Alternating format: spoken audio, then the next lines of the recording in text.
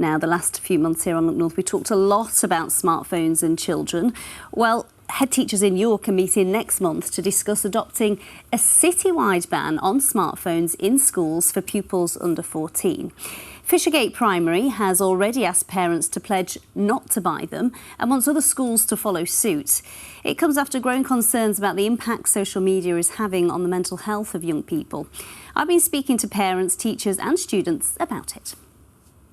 I hear people say that they want like these new phones, like iPhone 16, and because some of my friends have already got phones since they were like 5, 7. I don't think it's good for little children to have smartphones because it might stop them from learning properly and affect their how they be at school. I've got at least 4 friends which have phones, and sometimes I can hear them talking about phones or new games that only can be accessed on phones. And I think it's a bit not fair when I want to have a phone. A smartphone may be the top of some children's wish list, but the head at this primary school is hoping parents won't deliver. Last year, around 3/4 of 10 and 11-year-olds at Fishergate left primary school owning a smartphone. It's something Tina Clark is trying to change.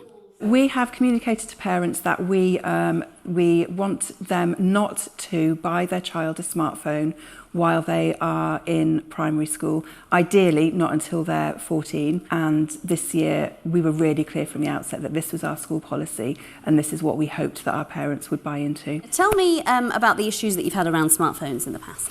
We've, in a number of occasions over the last few years, had situations that have happened outside of school, inappropriate messages, some online bullying.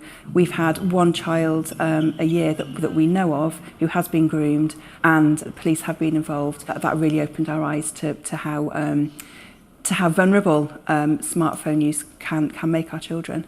If you have young children, you'll know they often want what their friends have got. But if the school is asking parents not to buy smartphones, helps with that pester pressure a bit, doesn't it? Yes, sometimes they consider teachers more than parents. Having some support from the school in terms of a policy around that's really helpful for parents, I think. At some point when you're a teenager, peer pressure plays a role. So if there are more kids doing the same and more families doing the same, I think it's going to be helpful for them. Parent Governor Alison Pawley has been inspired by the grassroots parent-led movement Smartphone Free Childhood. Next month she'll lead a meeting of primary school heads and hopes York will become the first city in the north to implement a citywide ban. This will really help shift that norm where it's completely normal for an 8-year-old, a 10-year-old to have a smartphone. St Albans is a perfect example where heads and parents came together to make a citywide ban, and I'm hoping that York can do the same. And we'll let you know how that meeting goes.